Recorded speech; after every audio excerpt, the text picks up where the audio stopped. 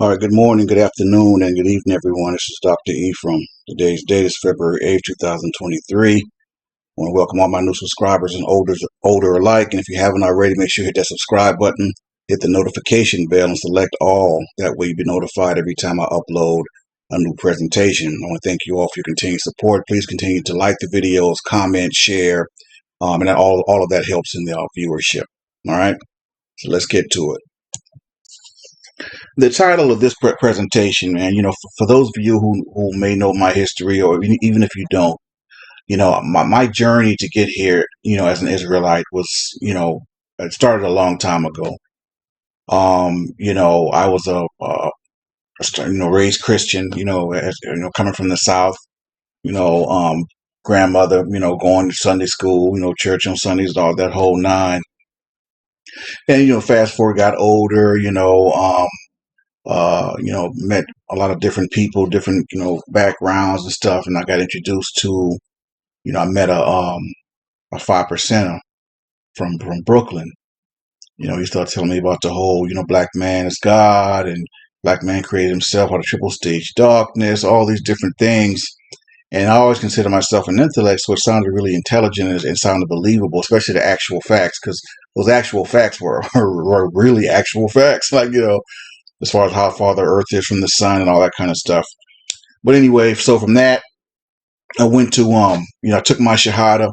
And for those of you who aren't, familiar with what a Shahada is, it's kind of like an oath of affirmation. Like basically when you take the Shahada to convert to Islam, supposedly all your sins are forgiven. At that point, after you take your Shahada and you've kind of washed up all your sins, whatever. And it's kind of like a spiritual kind of rebirth thing. It's called Shahada. I took my Shahada. And then I was a full-fledged Sunni Muslim. Offering five, Salat, which is prayer 5 times a day, Juma on Fridays, and our book was the Holy Quran, right? And so, I'm uniquely qualified to speak about Islam, to speak about Christianity, and to speak about being an Israelite. So with this particular lesson, I want to kind of hit two birds with one stone. I don't want to use the K word. I don't want to get the video flagged. But and I'm speaking to all my brothers and sisters who embrace both religions, Islam and Christianity. Um, and why I feel and why basically neither one of those. Well, I won't go there just yet. Let me just say this. Excuse me. The reason why a lot of brothers and some sisters, cleave to the religion of Islam is because, in our minds, it's a healthy choice from embracing the religion who we felt of our oppressors or oppressors of our people, right? But in saying that, we make that determination not knowing that Muslims were no different. Muslims held our people captive as well. I mean, this is fact.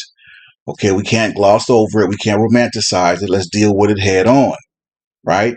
Now, what I just said, I didn't know back in the day. I honestly didn't, right? So there's no shame in being ignorant. Everyone was at some point, but it's a curable thing, though. It comes, really with, deep, research, reading, listening, and praying for the spirit of discernment and the spirit of understanding, right?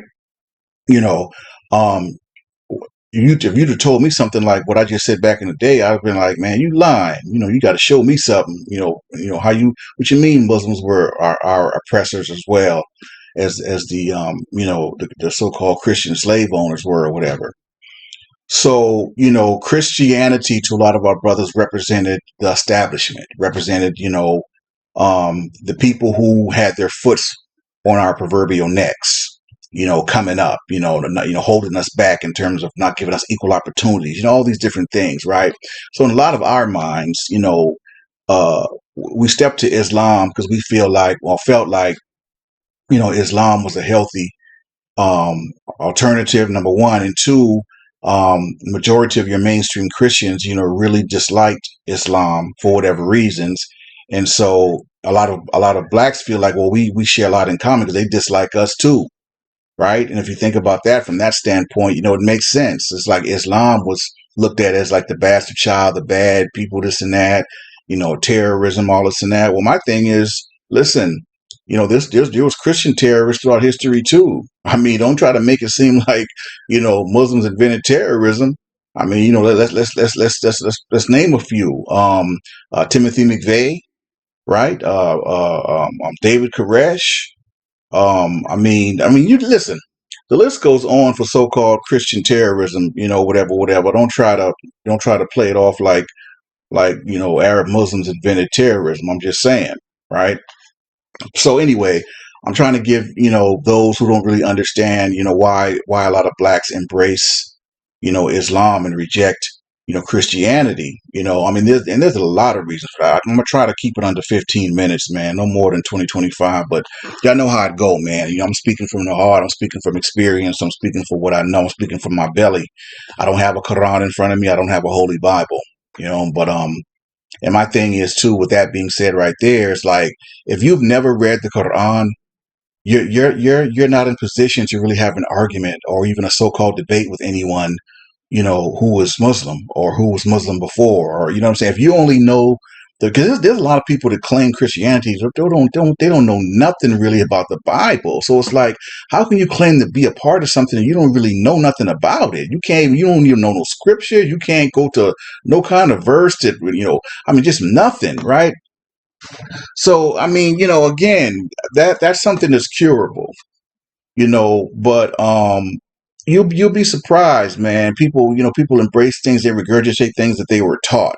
They don't really understand why. They were taught that, and so that's just what they believe, and then that's what it is, or whatever. But upon closer inspection, and I'm telling y'all, the truth. I don't have no reason to lie to you. I've been a Muslim. Can't nobody tell me about Islam, man. Like real talk. I was for over 5 years. I was a practicing Muslim, straight up Sunni, Kufi, the whole nine, right? Stepping in right foot first in the masjid. Y'all know what I'm talking about. The men prayed separately from the women. The whole nine, the whole shebang. I was Ahmed Shakur. That was my Muslim name. Ahmed. Well, I call myself Ahmed. I was a cool American dude, so it was Ahmed to me. But they was telling me it was Ahmed. Whatever. I'm gonna be Ahmed. Don't tell me my name. You know what I mean? But anyway, there's a lot about the religion, the way they do things. I really respected. I really liked, or whatever. Again, I think it was unfair to label Islam and Muslims as terrorists, quote unquote, because there are a lot of American Christian terrorists. They don't get the same vitriol or whatever. Don't try to clean it up. I mean, let's deal with it. It is what it is. You know what I'm saying? The Ku Klux Klan, they terrorists. White nationalism, that's terrorism. Anything having to do with a race of people to think that they're superior and go about trying to hurt another race of people, man, that's terrorism. They're terrorists. Let's call it what it is. So, if you've never read the Quran, I'm gonna say this: the Quran, in its most purest form, is a beautiful book, man. I mean, I've read it, the whole thing, because when I took my first Shahada, one of the things, the goal is to be able to read the whole Quran. So I've had a few, shahadas, and I've read the Quran a few times, or whatever the case may be. And the only thing Muslims are admonished to stay away from is it's a collection of books and works called Hadiths. And the Hadiths is like the New Testament to Christians. The Hadiths supposedly are things that Prophet Muhammad, who's the prophet of Islam, the things that he did, things that he said, how he did it, things like that, right? But here's the problem: a lot of the Hadiths are not true. They've been made up.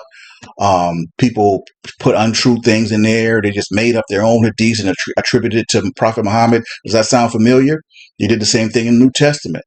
So the hadiths to Muslims are the same as New Testaments are to Christians, or even to Israelites, right? There are a lot of things, and I don't know if y'all ever gave this the scripture and verse much thought when it said that anyone who adds or take away from this book, may the plagues in this book will be added unto you. There was a reason why the Most High had that put in there. He knew what man was going to do, man, to God's word in the Holy Bible as we know it. He knew what time it was. God has the gift of insight, foresight, whatever other kind of sight you can think of. The Most High has it, right? He knew what man was going to do. But I bet y'all what y'all didn't know is that in the Quran, he promised. Let me say this real quick before I get to that. Tend to forget that the Ishmaelites, the seeds of Ishmael. I'm gonna say that. I ain't gonna say Arab Muslim. That's kind of the seeds of Ishmael are God's people, right? I don't know why people can't seem to grasp that, or they keep trying to disrespect Islam and Muslims, but they're God's people. They're from Shem, man. Like, what do y'all? I don't understand. Like, they are from Shem. Now, yes, the whole thing between the Islam and the Israelites, that's a real thing stemming from Shem's animosity towards Isaac. I dealt with that in a presentation or whatever. That's a real thing. But does it take away from us being related to them? No, it doesn't. Right, like I think, if I'm not mistaken, I believe we're like not step, we're like half first cousins or whatever. So that whole animosity thing, it's like a kind of family feud, if you will. Islam and the Israelites, the true seeds of Jacob, right? So, but in the Quran, it said that the Most High promised, they refer to him as Allah. But for those who don't know, those who misunderstand and just standing on ignorance, Allah is not some rock god, as I've heard, ignorant brothers say or whatever. Allah is just the Arabic name for the Most High. That's all it is. Allah is the creator of the heavens, the earth, everything below, everything between. I mean, listen, you talking to a brother I've lived it. You understand? I'm not telling you what I think. I'm telling you what I know, and because I'm enlightened, I'm in a unique position to speak about this. You understand? A lot of these brothers, they never practice Islam. They cherry pick the Quran, or they cherry pick things that they want to say to kind of use it to speak against it. You understand what I'm saying? There's a difference when you like someone like me, a brother that actually lived that, and I know what the Quran says. I know that no Muslim should listen to any book but the Quran, and that's why you have a lot of extremist groups that listen to Hadiths, and they do things based in the Hadiths, not the Quran, right? Because in the Quran gives us clarity on stuff that like, for example, in the Quran, it gives Mary the utmost respect. The mother of Yeshua, the utmost respect. They give Jesus, Yeshua, the utmost respect. Um, they don't the biggest difference in Islam and Christianity as far as the role of Jesus. You know, Sunni Muslims believe and think that Yeshua is a righteous prophet, but they believe that no man should be attributed to be the son of the Most High. That's their position. And for a while, uncomfortably, I kind of adopted that, even though I never really set right in my spirit. I never really agreed with that, but I kind of went with it because that's what I was, Islam, right? So even though I just didn't believe it in my spirit, I always believed that, that Jesus, Yeshua, was the son of the Most High. I always believed that. So anyway, in the Quran, it said that the Most High promised them that no one was going to tamper with that book. The Quran is been in its purest form, unchanged for thousands of years. Man, that is exceptional to me. I mean, to be able to, you understand, like, seriously. And so, we can't say that about, the Holy Bible. And because, overzealous men, Christian Romans and Greeks and whoever, had their own agenda. You understand? But yet and still, I feel that that's something phenomenal. They talk about how the Prophet Muhammad even gave Islam to the Muslims or whatever, and they in ignorance they harp on the fact that the Prophet Muhammad was quote unquote, he was unlearned. In other words, he couldn't read or write. And if you read the Holy Quran, man, I'm telling you, just like with the books of the Prophet Enoch, if you read the Holy Quran, did no man write that. because the Quran was manifested to the Prophet Muhammad by the angel Gabriel. Right. And so instead of focusing on how glorious something like that is, they trying to detract from the fact that that the Prophet Muhammad gave the Quran to the Muslims and couldn't read or write.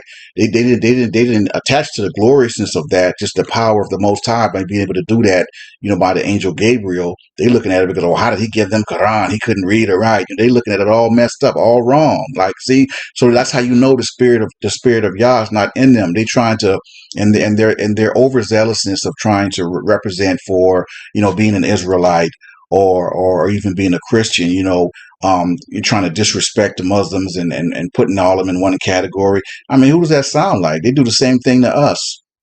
It doesn't matter what our title is, whatever. They try to lump us all together, all blacks are alike, or whatever.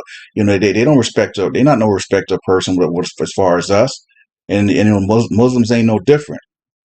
Right? Yeah, we know all about the beef between the original Ishmaelites and Isaac and the children of Israel. We get all that, right? But my thing is, I'm speaking to my people who are Christians and Muslims, the brothers especially, because 5% was a derivative of the Nation of Islam, which is a derivative of Orthodox or Sunni Islam or Al Islam, right? It's all offshoots of that.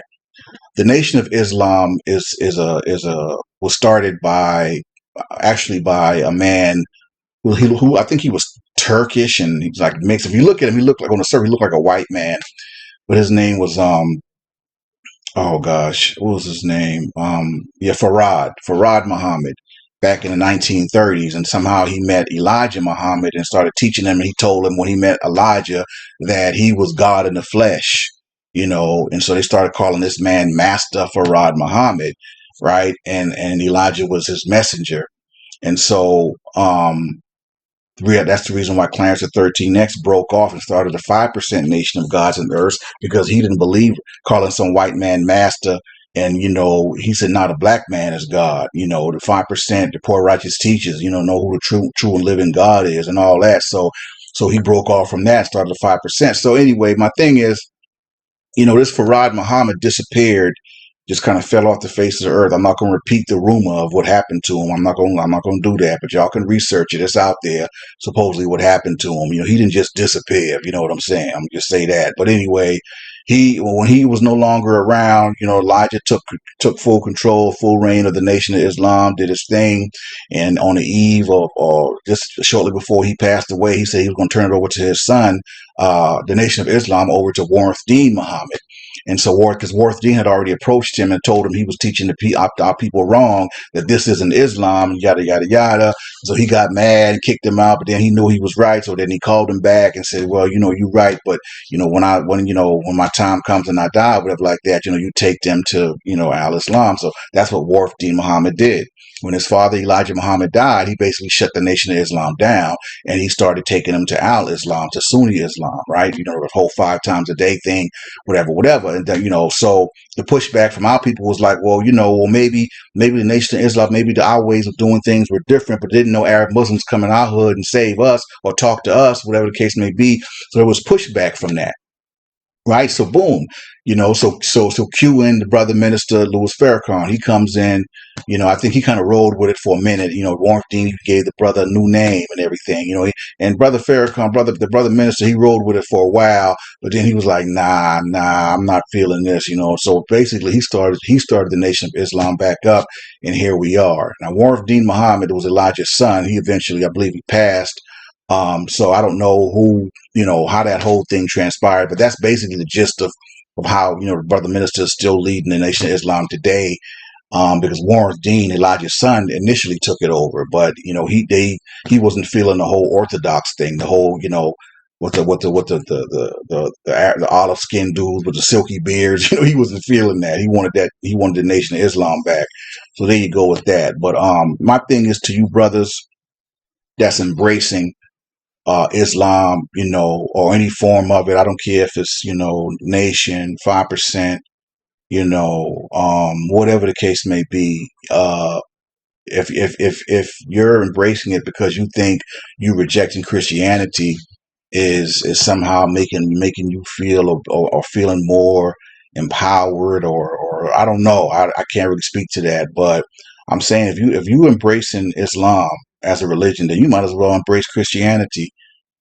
I mean, and vice versa. Like seriously, because both of the men and the people that introduced those religions to us were oppressors of our people.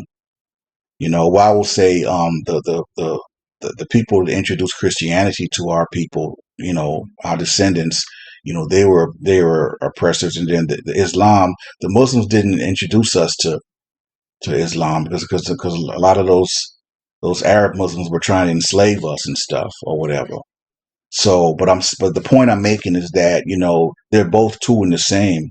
If you embracing the one, you might as well embrace the other. If that's what you're thinking, like what I'm saying, because one of them ain't one of them either is right for the Negroes, straight up.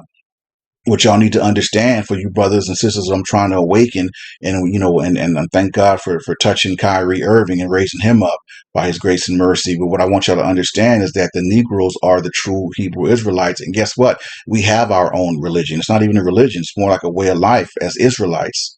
It's called, the Ten Commandments, everything and all the laws and the statutes and commandments in the first 5 books of the Holy Bible, as you know it. That's called the Torah. Okay, those are our laws. That's our religion. Okay, Christianity is not our religion. It's not. It's a made up religion, basically by the Romans. They made it popular by Roman Constantine. Made Christianity popular. They wrote stuff and put stuff in the New Testament, made Jesus God, and boom, made him into a religion. And that's not what Yeshua came for. He didn't come to start no religion. He told us out his own mouth. He said, "I've come not to abolish or do away with any laws." You understand? He said, I'm sent not but to the lost sheep of the house of Israel." So he told us who he came for. Right. So, we can just do away with all that romanticizing of who he is and what he came for. Like Christianity is not for Negroes. It's not. And it's not a racial thing at all.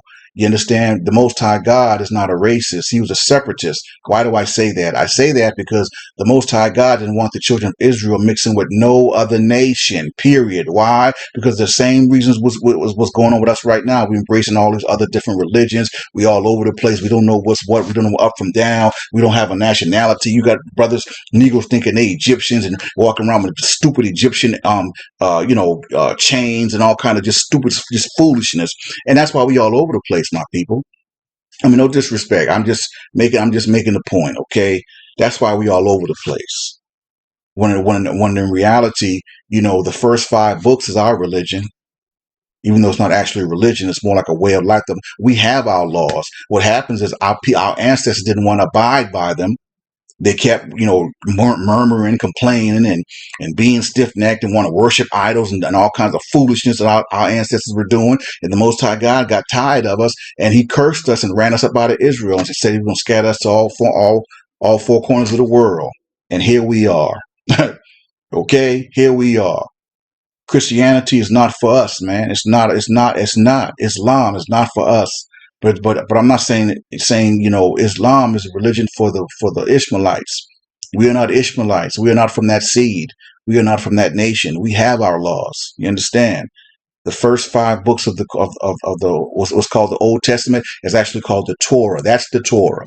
For many of you who don't know, okay, that's our religion right there. If you a Negro, as an Israelite, straight up and down. So all this, trying to make one seem like this, and making the other seem like that. Neither one of those religions are for our people. And I don't say that in a disrespectful way at all. I'm saying it, and I'm saying it in as insightful as I can. If you are a Negro, E1B, 1A, and from that line, you are an Israelite, and our laws and our religion is in the first 5 books of what they call the Old Testament. All right, that's the Torah. So Christianity ain't no better than Islam from that standpoint, and Islam ain't no better than Christianity. They're both religions of our oppressors. Real talk. And don't take my word for me. Look it up. You can Google the images and see the Muslim oppressors of our people on those slave ships.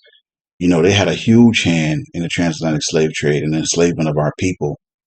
So don't so please, man. And I know the rappers made it real popular to Islam, or whatever like that. But man, they ain't no different or no better than the oppressive Christians who had our people enslaved and taught and taught them the Bible, but they basically bastardized the Bible and made and said parts of the Bible that made our people feel like they were supposed to be slaves.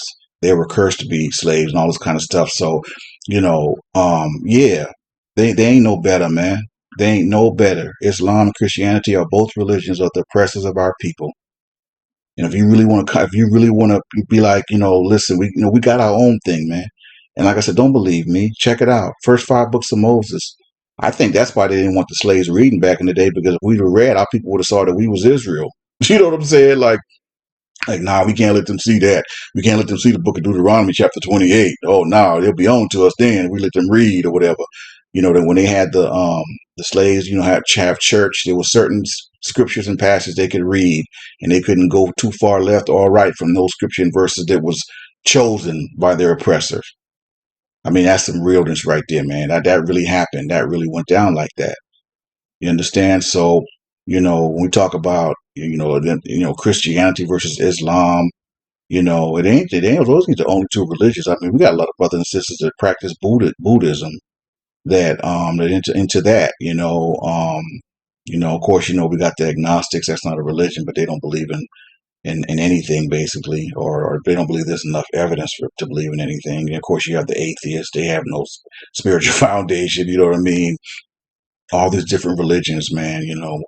Mormonism, Catholicism, and I don't see how any black person could follow Catholicism with a straight face, man, knowing the history of the Roman Catholic Church. That's a whole nother topic for a whole nother day, man. But listen, come back home, Israel, my brothers and sisters, man. Come back home. We have our religion. Let them keep their Christianity. Let them keep Islam. Like, seriously, no disrespect. But that's not for us, man.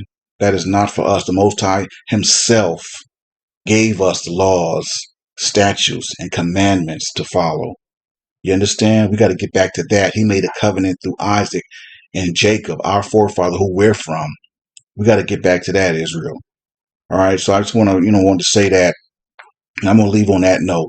I hope this inspires some. Like, again, I didn't mean no disrespect, but I just had to make my points. I'm speaking to my peoples, man. Even my Christian and my Muslim brothers who happen to find this channel, don't come on this channel with all your feelings, man. You understand? Because I'm not disrespecting you. I'm not, none of that. That's not what I do. But at the same time, I got to speak to the children of Israel and what thus said the Lord of hosts or whatever. Those are my people. You understand? If you want to sojourn and stand with Israel, then, sojourn and stand with Israel. But don't come in the right spirit, though. Don't come just trying to disrespect me or kind of come at me, any kind of way, because I ain't even finna have that. I ain't even going down like that. You understand? I respect you. You respect me. Like the Most High said, I love them that love me. All right? And on that note, I'm going to go ahead and sign on to the next lesson. And I hope y'all got something from it, some inspiration, something. Until the next time, this is Dr. Ephraim signing off. Saying Shalom, elect.